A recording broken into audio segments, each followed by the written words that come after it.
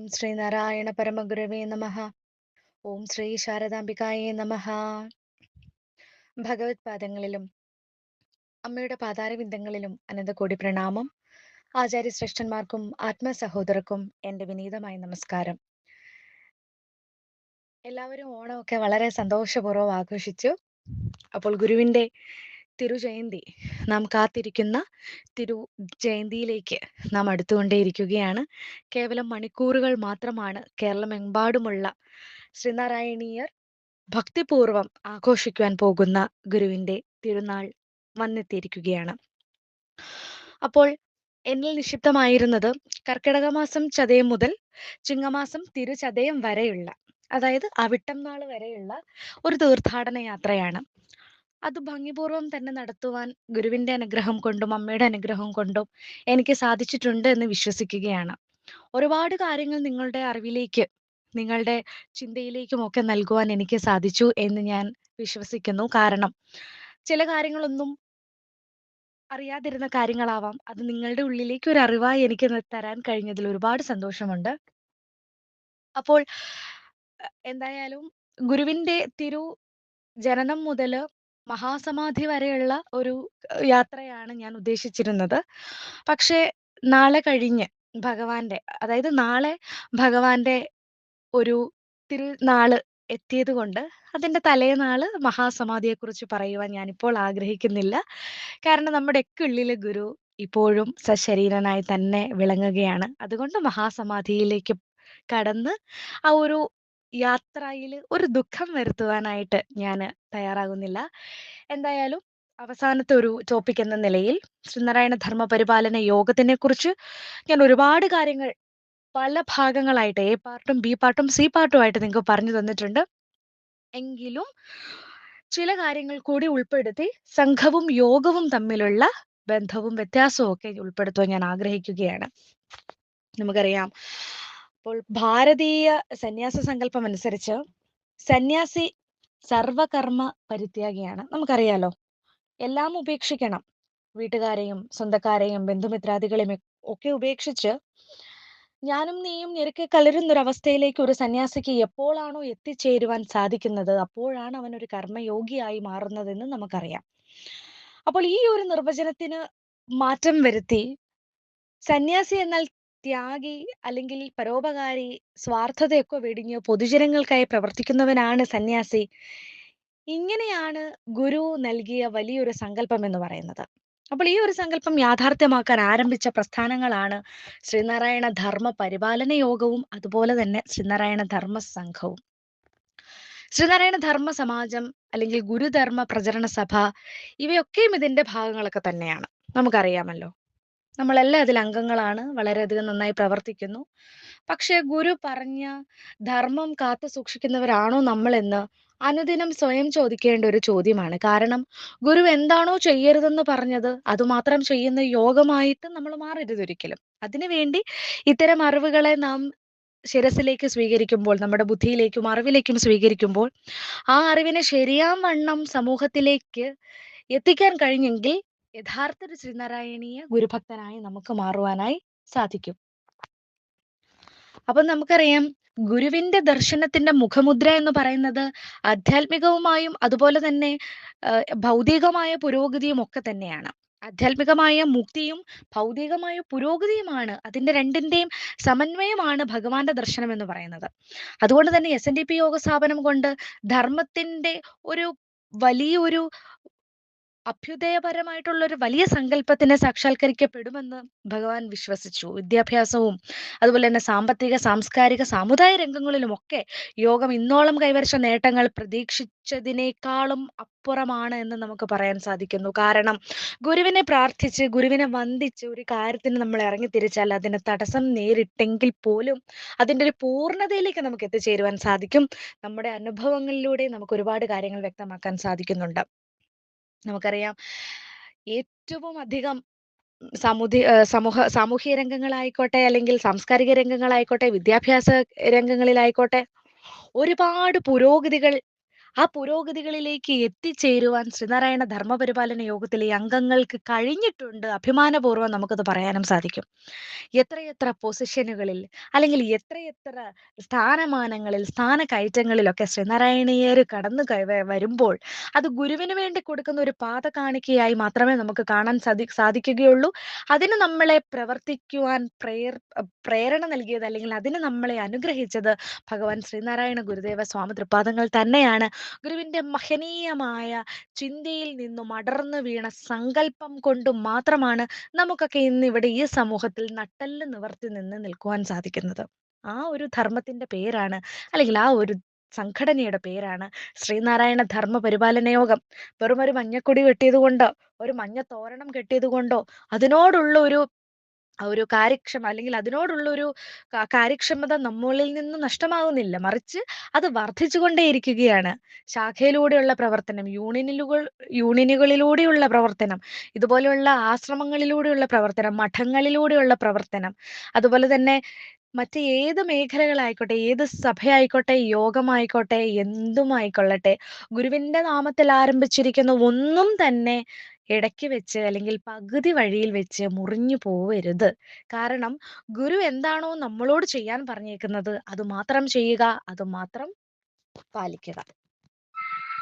നമുക്കറിയാം, ശ്രീനാരായണ ധർമ്മ പരിപാലന യോഗത്തിനെ ഭഗവാൻ ഉദ്ദേശിച്ചതുപോലെ ഒരു മതാതീത സംഘടനയാക്കി തീർക്കാൻ കഴിയുകയില്ലെന്നൊരു ബോധം ഗുരുവിന് വന്നപ്പോൾ, അല്ലെങ്കിൽ അതൊരു ബോധ്യത്തിലേക്ക് എത്തപ്പെട്ടപ്പോൾ, തീർച്ചയായിട്ടും ഗുരു രണ്ടാമത് ആലോചിച്ചു ചെയ്തതാണ് നാരായണ ധർമ്മ സംഘം എന്ന് പറയുന്നത്, അല്ലെങ്കിൽ ശ്രീനാരായണ ധർമ്മ സംഘം.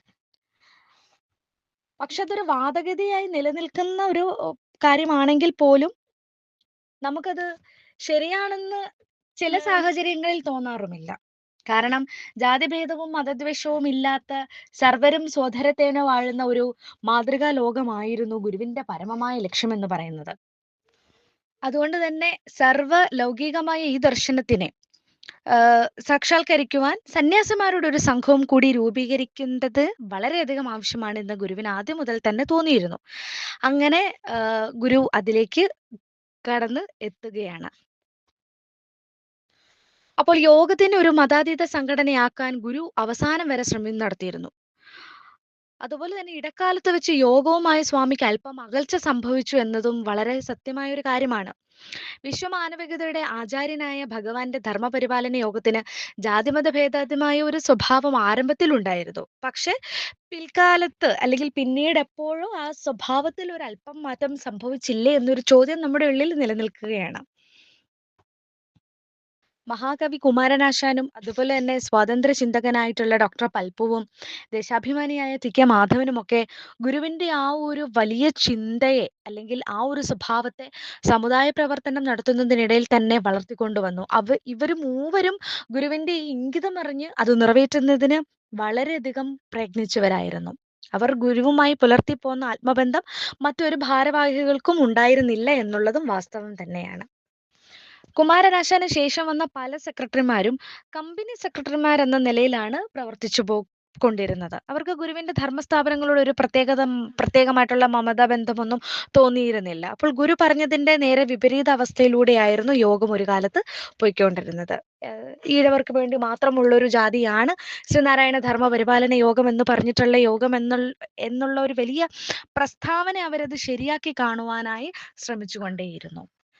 ശ്രീനാരായണ ധർമ്മ സംഘം, അല്ലെങ്കിൽ ശ്രീനാരായണ ധർമ്മസംഘം ട്രസ്റ്റ്, നമുക്കറിയാലോ, നമ്മുടെ സന്യാസ ശ്രേഷ്ഠന്മാർക്ക് വേണ്ടി മാത്രമുള്ള ഒരു സംഘടനയാണ്. കാരണം നമ്മളെ പോലെയുള്ള ഗൃഹസ്ഥാശ്രമികൾക്ക്, അല്ലെങ്കിൽ സന്യാസം സ്വീകരിക്കാൻ താല്പര്യമില്ലാത്ത എല്ലാ ആളുകൾക്കും വേണ്ടി ശ്രീനാരായണ ധർമ്മ പരിപാലന യോഗത്തിന് ഗുരു നൽകിയപ്പോൾ, ശ്രീനാരായണ ധർമ്മ പരിപാലന യോഗത്തിൽ അംഗങ്ങളാകുവാൻ കഴിയാത്ത സന്യാസ ശ്രേഷ്ഠന്മാർക്ക് വേണ്ടിയുള്ള ഒരു സംഘടനയാണ് ശ്രീനാരായണ ധർമ്മ സംഘം എന്ന് പറയുന്നത്. ഈ സംഘം രൂപീകരിക്കുന്നതിന്റെ പിന്നിലെ ഒരു വലിയ ലക്ഷ്യമുണ്ട്. കാരണം ഒരു സന്യാസി എപ്രകാരമായിരിക്കണം, അല്ലെങ്കിൽ ഒരു സന്യാസി എങ്ങനെ പെരുമാറണം, അല്ലെങ്കിൽ ഒരു ആശ്രമം എങ്ങനെയുള്ളതാകണം, എന്തിനു വേണ്ടിയുള്ളതാണ് ആശ്രമം എന്നൊക്കെ ആശ്രമം എന്ന കൃതിയിൽ നാം പഠിച്ചിട്ടുള്ളതാണ്, അല്ലെങ്കിൽ അർത്ഥം മനനം ചെയ്യുമ്പോൾ നമുക്ക് മനസ്സിലാവുന്നതാണ്. 1912 ശിവഗിരി ശാരദാ പ്രതിഷ്ഠയോട് കൂടിയാണ് ഭഗവാന്റെ കൂടെ ഉണ്ടായിരുന്ന സന്യാസികളുടെ എണ്ണത്തിൽ വളരെയധികം വർധനയുണ്ടാവുന്നത്. അപ്പോൾ അതുവരെയും കൊച്ചി മേഖലയെ കേന്ദ്രമാക്കി പ്രവർത്തിച്ചിരുന്ന ബോധാനന്ദ സ്വാമികൾ ഏതാണ്ട് 12ഓളം വരുന്ന ശിഷ്യരോട് കൂടി ഗുരുവിന്റെ അന്തേവാസിയാകുവാനായിട്ടുള്ള ശിഷ്യത്വവും അംഗത്വവും ഒക്കെ സ്വീകരിച്ച് പ്രവർത്തിച്ചു തുടങ്ങിയിരുന്നു. സ്വാമി ഗോവിന്ദാനന്ദ, അതുപോലെ തന്നെ കൃഷ്ണാനന്ദ സ്വാമിജി, ഹനുമാൻ ഗിരി സ്വാമി, വിദ്യാനന്ദ മുതലായ എല്ലാ ബോധാനന്ദ ശിഷ്യരും ഗുരുദേവ ശിഷ്യത്വം നേടിയത് ഇങ്ങനെയാണ്. അതുപോലെ തന്നെ ഇപ്പോൾ ശിവഗിരിയിൽ കാണുന്ന ബ്രഹ്മവിദ്യാലയം അല്ലെങ്കിൽ സർവമത മഹാപാഠശാല ശിഷ്യ പരമ്പരയെ ശാശ്വതീകരിക്കുന്നതിന് വേണ്ടി ഗുരു തുടങ്ങിയതാണ്. എങ്കിലും ധർമ്മ സംഘസ്ഥാപനം ഓരോരോ കാരണങ്ങളാൽ നീണ്ടു പോയിക്കൊണ്ടേയിരുന്നു. ധർമ്മസംഘം സംബന്ധിച്ച് എഴുതിയുണ്ടാക്കിയ നിയമാവലി അത് പലർക്കും അഭിപ്രായം അറിയാൻ അയച്ചു കൊടുത്തു. അപ്പോൾ അതിലുണ്ടായ ചില വ്യത്യാസങ്ങൾ, മറ്റുള്ളവരിലുണ്ടായ അഭിപ്രായ വ്യത്യാസങ്ങൾ, അതുപോലെ തന്നെ സമയത്തിന്റെ മുൻപോട്ടുള്ള സഞ്ചാരം, ഇതൊക്കെ കൊണ്ട് ശ്രീനാരായണ ധർമ്മസംഘത്തിനെ രൂപീകരിക്കുവാൻ ഒരല്പം താമസിച്ചിരുന്നു. അങ്ങനെ 1101 കന്നിമാസത്തിലെ നവരാത്ര ദിവസം, അതായത് കൃത്യം പറയുകയാണെങ്കിൽ 1925 സെപ്റ്റംബർ 7 എല്ലാ സന്യാസിമാരും ഗുരുവിന്റെ നിർദ്ദേശം അനുസരിച്ച് ശിവഗിരിയിലെത്തി. അങ്ങനെ ശാരദാ മഠത്തിന് മുൻപിൽ അഗ്നികുണ്ഠം ഉണ്ടാക്കിച്ച് സന്യാസിമാരെ എല്ലാം അതിനിടയ്ക്ക് വിളിച്ചു. അപ്പോഴാണ് ഗുരുവിന് ഒരു പിൻഗാമിയെ അഭിഷേകം ചെയ്യുവാനുള്ള ശ്രമമാണെന്ന് സന്യാസിമാർക്ക് അറിവായത്. അപ്പോൾ ആരെയാണ് വാഴിക്കാൻ പോകുന്നതെന്ന് അപ്പോഴും ആർക്കും അറിയില്ലായിരുന്നു.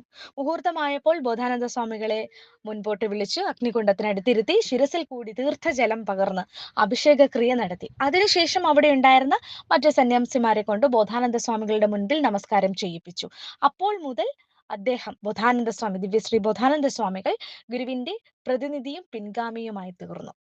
അപ്പോൾ ഇത് ഗുരുവിന് ബോധാനന്ദനോടുള്ള വലിയ സ്നേഹമാണ്. കാരണം നമുക്കറിയാലോ, രക്തരൂക്ഷിതമായ വിപ്ലവ പരിവർത്തനങ്ങൾക്ക് മാത്രം നേതൃത്വം നൽകിയിരുന്ന ബോധാനന്ദ സ്വാമികൾ ഗുരുവിനെ തലശ്ശേരി ജഗന്നാഥ ക്ഷേത്ര സന്നിധിയിൽ വെച്ച് കണ്ട മാത്രയിൽ തന്നെ രക്തരൂക്ഷിതത്തിനോട് യാതൊരുവിധ താല്പര്യവും ഇനി പ്രകടമാക്കരുതെന്നുള്ള ഒരു ബോധം അല്ലെങ്കിൽ ഒരു ഉൾവിളി അദ്ദേഹത്തിന്റെ ഉള്ളിൽ ഉണ്ടാവുകയും പുലയ ബാലനെ കൊണ്ട് ശിവഗിരി മഠത്തിലെ പൂജകൾ ചെയ്യിപ്പിച്ച ഭഗവാൻ എത്ര ഭംഗിയായിട്ടാണ് ഇവിടെ വിപ്ലവ പരിവർത്തന പ്രവർത്തനങ്ങൾ നടത്തിയിരുന്നത്. അതൊരു വാളുമെടുത്തില്ല, രക്തവും ചിന്തിച്ചില്ല, അസഭ്യം പറഞ്ഞില്ല, ക്ഷമയോടുകൂടി തന്റെ പ്രവൃത്തിയിലൂടെ അത് തെളിയിച്ച ഭഗവാനെ മാതൃകയാക്കിക്കൊണ്ട് ബോധാനന്ദ സ്വാമികളൊക്കെ മാറണമെന്നുണ്ടെങ്കിൽ ഭഗവാൻ അവരുടെ ഉള്ളിൽ എയ്തു കൊടുത്ത ഓരോ അമ്പിനും എത്ര പവിത്രതയുണ്ടായിരിക്കുമെന്ന് നാം ഇവിടെ മനസ്സിലാക്കുകയാണ്. അങ്ങനെ ദിവ്യശ്രീ ബോധാനന്ദ സ്വാമികൾ അനന്തരഗാമിയാകുന്നു. പിന്നീട് ബോധാനന്ദ സ്വാമികളുടെ ഒപ്പോടുകൂടി മെമ്മോറാണ്ടം ഒക്കെ തയ്യാറാക്കി ശ്രീനാരായണ ധർമ്മ സംഘം രൂപീകരിച്ചു. അങ്ങനെ ശ്രീനാരായണ ധർമ്മ സംഘമൊക്കെ വന്നത് സന്യാസി ശ്രേഷ്ഠ പരമ്പരകൾക്കാണ്.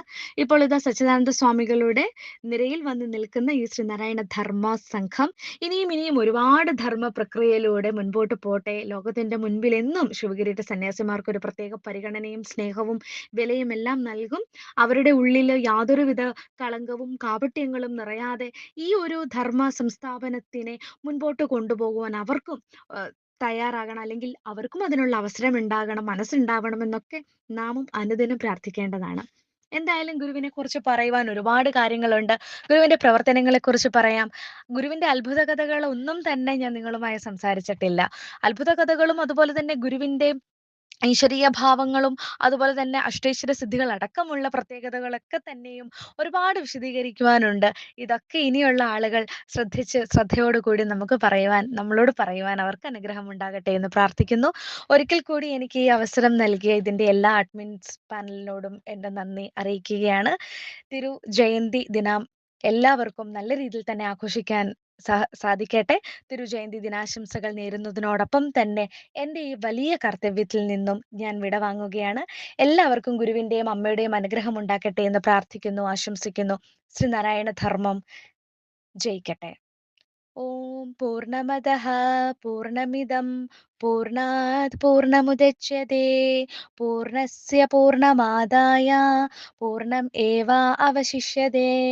ഓം ശാന്തി ശാന്തി ശാന്തിഃ. ഓം തത്സത് ശ്രീനാരായണ ഗുരു അർപ്പണമസ്തു.